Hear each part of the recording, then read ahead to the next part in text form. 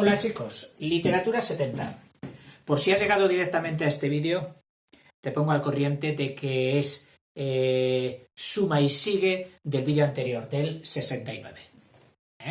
Entonces, con esta misma pizarra acabé y con esta continúo como si hubieras oído ya todo lo del 69.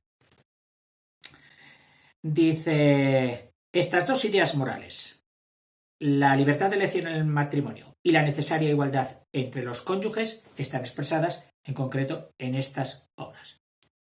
Tal es la idea básica de El viejo y la niña.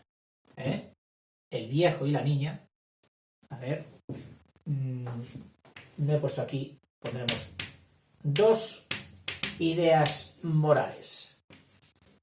Libertad de elección en el matrimonio y igualdad de los dos cónyuges dentro del matrimonio. Libertad de elección e igualdad una vez ya está establecido el matrimonio. Dice el viejo y la niña y el varón. El viejo y la niña, aquí la obra que defiende esto, el viejo y la niña. Y otra, el varón. El varón sobre la segunda idea, sobre la igualdad. Escritas en verso. Y la mojigata y el sí de las niñas. La mojigata, o sea, estas dos en verso. Y por otra parte hay otro par que son la mojigata. Mojigata. Ya sabes que es una mojigata. Una beata. Una que se come los santos y bebe agua bendita. Bueno, un poco despectivo. Pero, ojo, con todo el respeto a la religión. Y el sí de las niñas. La mojigata y el sí de las niñas, que son en prosa. Pero, al decir de Menéndez Pidal, uno de nuestros prohombres de la crítica literaria en España, en la mejor prosa dramática, dice, desde la Dorotea de Lope. Es decir, Lope escribió un teatro, La Dorotea, en prosa. Por lo visto, una prosa muy buena. Es de Lope. No había más que hablar. Pues dice que estas obras, La mojigata y el sí de las niñas, pueden compararse a la mismísima Dorotea de Lope por su calidad de prosa. Vamos a ver ahora. En El viejo y la niña, que salió en 1790, faltando 10 años para el resto del siglo, un hombre de edad avanzada se casa con una joven. Y los celos que tal situación le provocan, a él, le obligan a ella a refugiarse en un convento.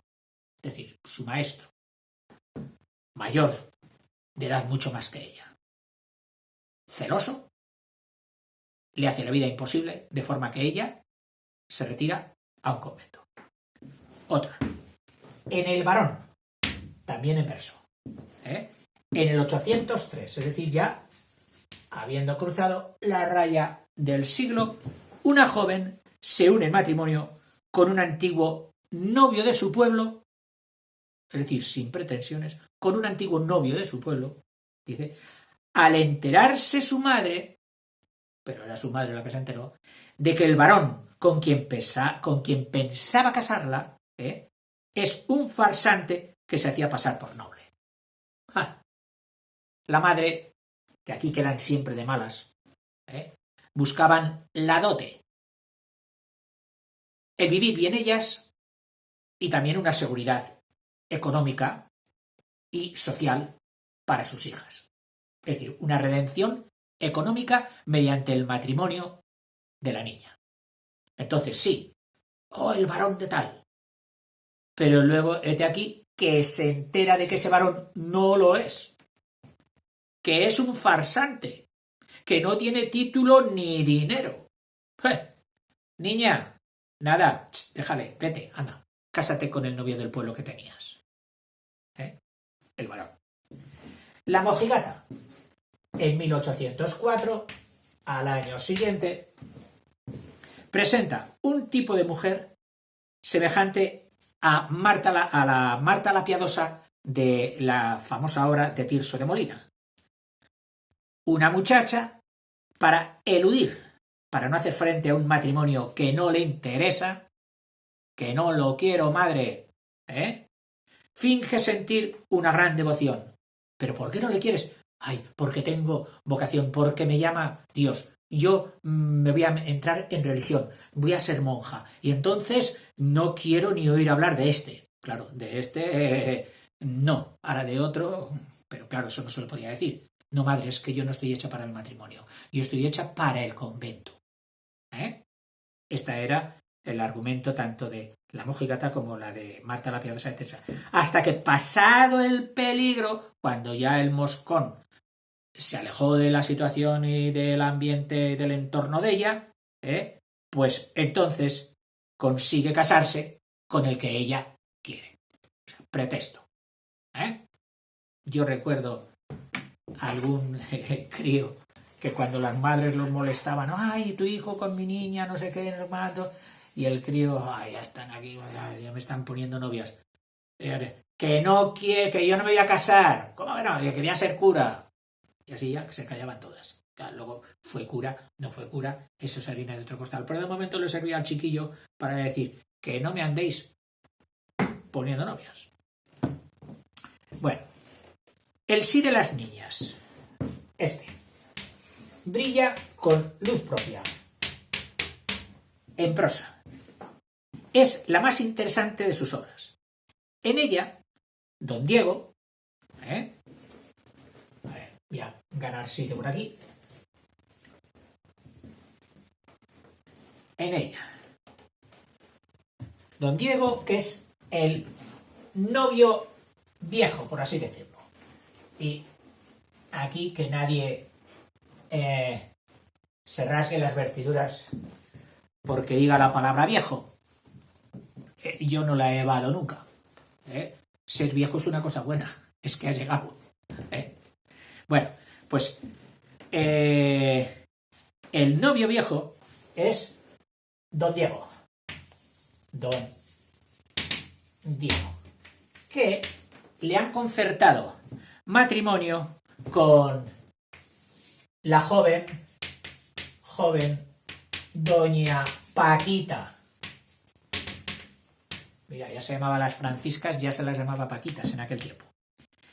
Al saber que ambos ya, don Diego, dice sus obras en ella. Don Diego, tío de Carlos, es decir, este tiene a su sobrino Carlos, Carlos, joven, sobrino, tío, sobrino. Bueno, ya os podéis hacer la idea. Se enamoran, y sin embargo tienen que guardar la compostura, porque claro, es la novia de su tío. Y por otra parte está la factotum, la directora, la madre de ella, la mala de la película, que es doña Irene, que pretende por todos los medios lograr ese matrimonio que les dé dinero y situación social. Entonces, don Diego, tío de Carlos, cede a este la mano de su prometida doña Paquita al saber que ambos ya estaban enamorados. Es el mismo argumento de Entre bobos anda el juego, que fue una famosa comedia de Rojas. Pero así como en esa de Rojas del siglo de oro, pero así como en esta está concebida con intención cómica, aquella, o sea, la del siglo de oro era cómica, es decir, para hacer reír. Fíjate que dice, entre bobos anda el juego. Y su protagonista, el viejo Don Lucas, lo pinta como un personaje grotesco. Pues aquí no. No es cómica, aunque tenga sus momentos de risa y de gracia, ocurrencias, pero es totalmente moral. Y así como el Don Lucas de Rojas acaba desprestigiado y el hazmerreír, Don Diego no. Con su postura moral y altruista de ceder el paso a los dos jóvenes, acaba como el paradigma moral de lo que tendría que hacer toda persona en su lugar. Obra muy típica del momento, que fue escrita en 1801. Muy típica del momento. Vemos confluir en ella las corrientes culturales más importantes de la época. Primero, su estructura formal, es decir, la forma de la comedia, se ajusta a las normas del neoclasicismo. Pero su contenido participa por igual del racionalismo del 18, del racionalismo del 18, y del prerromanticismo que estaba apareciendo ya en el horizonte. O sea, racionalismo del 18 con ideas prerrománticas se juntan en El sí de las niñas, ya que los derechos sentimentales de los personajes jóvenes se defienden con argumentos de índole intelectual. En el romanticismo, el amor puede todo. El amor tira todas las fronteras sociales, económicas y de todo tipo.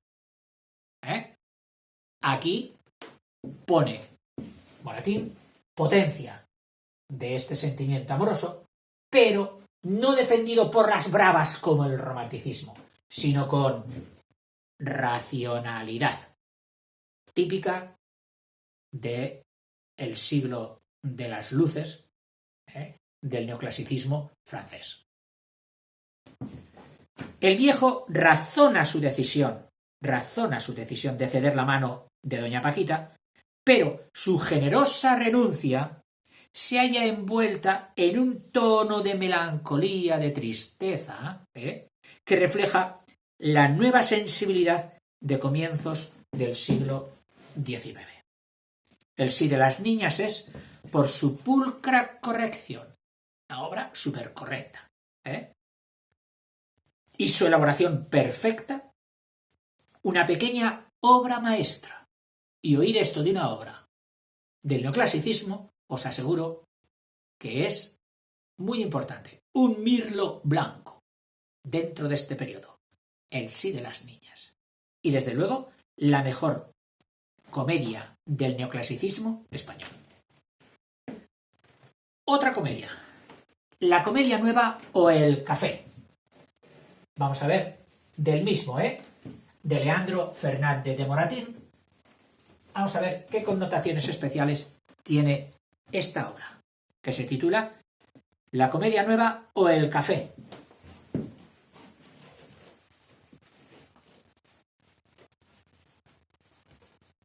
A ver. Eso del café, ya sabéis que en Madrid la Fonda de San Sebastián y todo aquello habían hecho un nuevo escenario social,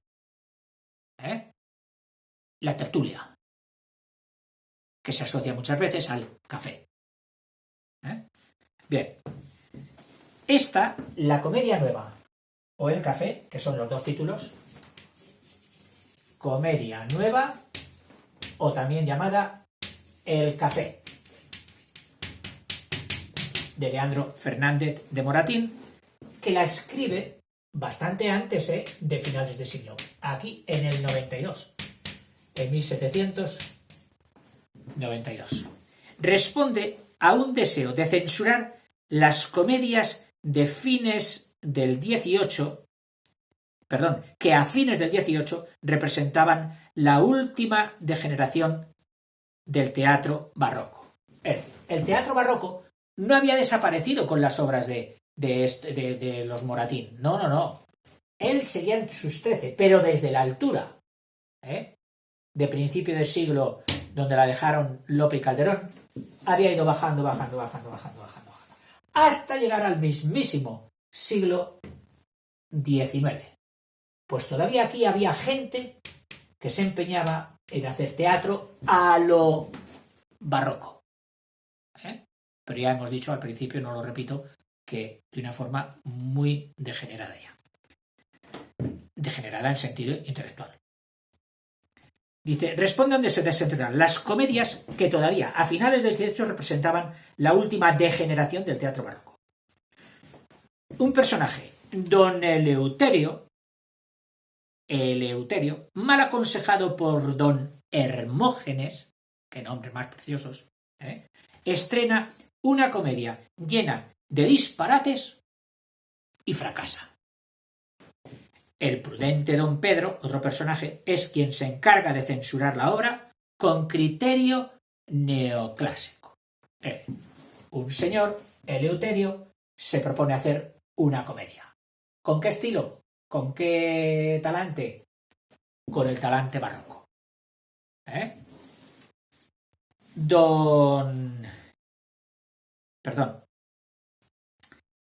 Mal aconsejado por su amigo don Hermógenes, que sería pues un amante del siglo barroco, pero fracasa rotundamente. Y entonces don Pedro es el que se encarga de censurar la obra, diciéndole, ¿ves? Esto te pasa porque no has seguido las 3 reglas, porque no has propuesto una moralidad, porque te has... Es decir, le pone de énfasis aquí en el café o la comedia nueva las virtudes, las cualidades y las conveniencias del nuevo teatro neoclásico contra el barroco. Y Moratín quería cargarse ya de una vez pues todas estas residuos que más que ponderar y recordar a el esplendor, lo arrastraban por el fango, por así decirlo, con su poca calidad. No deja de ser curioso. Bueno, dice, el tono de la obra es eminentemente pedagógico, pero el autor desarrolla su acción con tanta habilidad que aún hoy puede resultar amena. Es la gracia de Moratín, que fue neoclásico, pero las normas, la normativa, no le hizo una mella en su calidad. Las comedias de Moratín distan mucho de tener un valor universal, como las de los grandes clásicos del 17.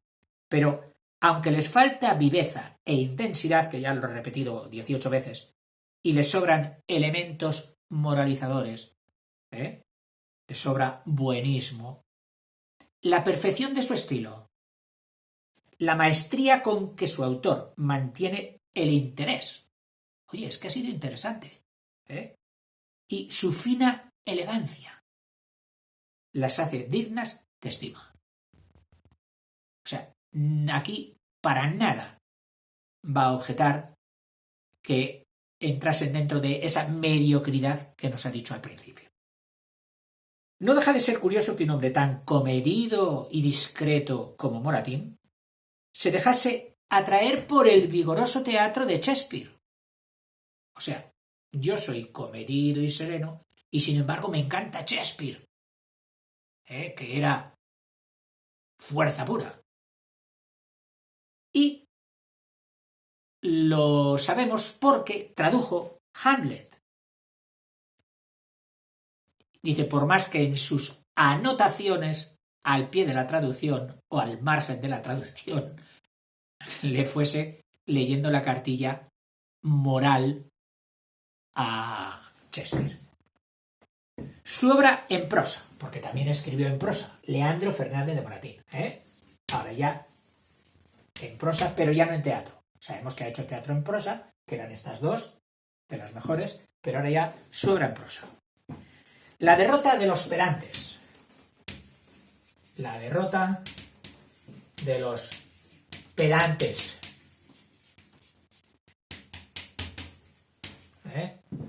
Pedante es, por ponerlo rápido la definición, vamos, el chulo tonto.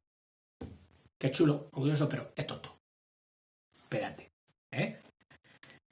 Es una fantasía satírica en prosa, en la que se ataca a los malos poetas que todavía perpetuaban los procedimientos culteranos, y él vuelve a lo mismo. O sea, no solo ha dado palo en la anterior a los de teatro, que todavía perpetuaban, sino a los que perpetuaban las formas líricas también del barroco. O sea, en la anterior, en el café, se mete con los últimos vestigios de teatro barroco, y en la derrota de los pedantes se mete contra los últimos vestigios de la lírica barroca. Es una fantasía satírica en prosa en la que se ataca a los malos poetas, tal. Moratín imagina que estos, y hace una parodia, es como si los malos poetas intentan asaltar el palacio de Apolo, en el Parnaso, donde vivía con las musas, siendo vencidos por Mercurio, a quien ayudan. Mercurio es ayudado en esto por Garcilaso, por Ercilla, por Lope y por otros, que eran para él los buenos poetas. Algunos de los derrotados de este periodo últimos de siglo son encerrados en jaulas como si fueran locos. La gracia de la exposición presta amenidad a un tema, por otra parte, tan limitado como este. Pero lo hace con gracia. Oye, se puede escuchar, se puede leer. Otra obra, Orígenes del teatro español, también en prosa, Orígenes del teatro español, son una prueba más de su buen sentido crítico. Era buen crítico. Pues a pesar de hallarse influido por la preceptiva neoclásica francesa, consideraba, por ejemplo, disparatado ver en Lope de Vega un corruptor del teatro español, como venían diciendo sus contemporáneos. Lope de Vega, el mayor corruptor del teatro. Y Leandro Fernández de Moratín decía, no, yo no estaré de acuerdo y hago el teatro de otra manera, al estilo neoclásico. Pero decir de Lope que ha sido el corruptor del teatro español, de eso estáis equivocadísimos. Conservamos también de él una serie de cartas y un diario de extraordinario interés por los datos que nos aportan no solo sobre su personalidad, sino sobre la historia viva de su tiempo que le tocó vivir. Le tocó vivir de todo. En aquella España convulsa, de Godoy, el motín de Aranjuez, José Bonaparte, el 808, las matanzas en Madrid. Bueno, pues dice que en esas cartas y en ese diario nos ha dejado un testimonio muy valioso de aquella época. En cuanto a su obra poética, que también la tuvo, es decir, teatro, fue lo que más brilló. En prosa hemos visto estas dos obras. Y por último, en lírica, en poesía, obra poética, el valor de las poesías líricas de Moratín, dice, es muy escaso. Muy pulidas y correctas, hoy resultan frías, aunque en algún momento lleguen a expresar suavemente una auténtica emoción. Horacio, que es su principal mentor, su principal inspiración, y de ahí el corte clásico y la forma cuidada de sus versos, que sabemos que en Horacio pues eran increíbles. En fin, y hasta aquí. No sé cómo andamos de tiempo, pero si no te leo que no lo voy a hacer porque siempre me paso de tiempo, algunos retazos del sí de las niñas, cógelo, búscalos en internet y lees. Verás como, una vez que has oído el argumento, te resulta interesante, te resulta simpático y ameno leer el sí de las niñas. La mejor obra del neoclasicismo español. Y con esto, señores, cerramos el capítulo neoclásico y nos prestamos a introducirnos en uno de los siglos más fuertes, con más fuerza. No de la potencia del siglo de oro, pero sí con una emoción impresionante que es el romanticismo. Que tampoco fue una idea nacida genuinamente en España, aunque luego recuperaría la tradición española desde sus hondas raíces, sino que fue también recibida, traída del exterior. Hasta luego.